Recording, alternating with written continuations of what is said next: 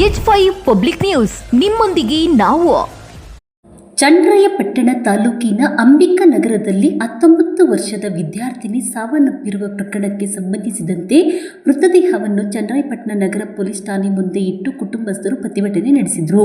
ಮಗಳ ಸಾವಿಗೆ ನ್ಯಾಯ ಸಿಗಬೇಕು ಹಾಗೂ ಪ್ರಕರಣದ ಕುರಿತು ಸಮಗ್ರ ತನಿಖೆ ನಡೆಸಿ ತಪ್ಪಿತಸ್ಥರ ವಿರುದ್ಧ ಕಾನೂನು ಕ್ರಮ ಕೈಗೊಳ್ಳಬೇಕು ಎಂದು ಕುಟುಂಬಸ್ಥರು ಒತ್ತಾಯಿಸಿದರು. ಮೃತ ವಿದ್ಯಾರ್ಥಿನಿಯ ಸಾವಿಗೆ ಆಕೆಯ ಪ್ರಿಯಕರಣ ಕಿರುಕುಳವೇ ಕಾರಣ ಎಂದು ಕುಟುಂಬಸ್ಥರು ಆರೋಪಿಸಿದ್ದಾರೆ.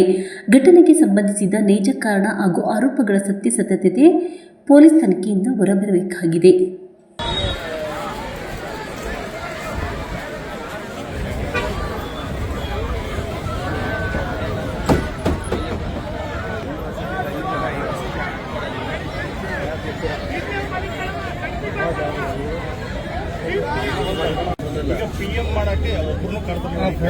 ಯಾರನ್ನೂ ಕರೆದಿಲ್ಲ.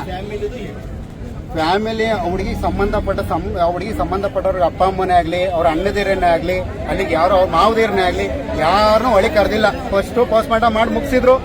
ಆಮೇಲೆ ನಾವು ಓದೋ ಒಳಕ್ಕೆ ಹೆಂಗೆ ಪೋಸ್ಟ್ಮಾರ್ಟಮ್ ನಮ್ಗೇನು ತಿಳಿಸ್ದಂಗೆ ಹೆಂಗೆ ಮಾಡಿದ್ರಿ ಅಂತ. ಆಮೇಲೆ ಹೋದ್ಮೇಲೆ ಮತ್ತೆ ಡಾಕ್ಟರ್ ಹತ್ರ ಹೋದ್ಮೇಲೆ ಬನ್ನಿ ಇನ್ನೊಂದ್ಸಲಿ ಮಾಡ್ತೀನಿ ಅಂತ ಕರ್ಕೊಂಡೋಗಿ ನಮ್ಮನ್ನು ನಿಲ್ಸ್ಕೊಂಡು ಆಗ ಮಾಡಿದ್ರು. ಅಲ್ಲಿವರೆಗೂ ಅದು ಬಾಡಿ ಮುಂಚೆನೇ ಹೋಗಿ ಕಳಿಸ್ತಾ ಇದ್ರು. ಆಗ್ಲಿ ನಮ್ಗೆ ಗೊತ್ತಿಲ್ದಂಗೆ ಆಗ್ಲೇ ಮಾಯ ಮಾಡ್ತಾ ಇದ್ರು. ಅಲ್ಲಿ ನ್ಯಾಯನ ಮಾಯ ಮಾಡೋ ಅಂತ ಕೆಲಸ ಮಾಡಿದ್ರು. ಹಾಸನಲ್ಲಿ ಆ ಕೆಲಸ ಮಾಡೋರು. FIR ಕೈ ಕೊಡಬೇಕು. ಇಲ್ಲಿಂದ ನಾವು ಜನ ಕರ್ಕೊಂಡು ಮುಂದೆ ಹೋಗ್ತೀವಿ. ಮುಂದೆ ಏನೈತೆ ಹುಡುಗಿದೇನು ಅಂತ್ಯಕ್ರಮ ಏನು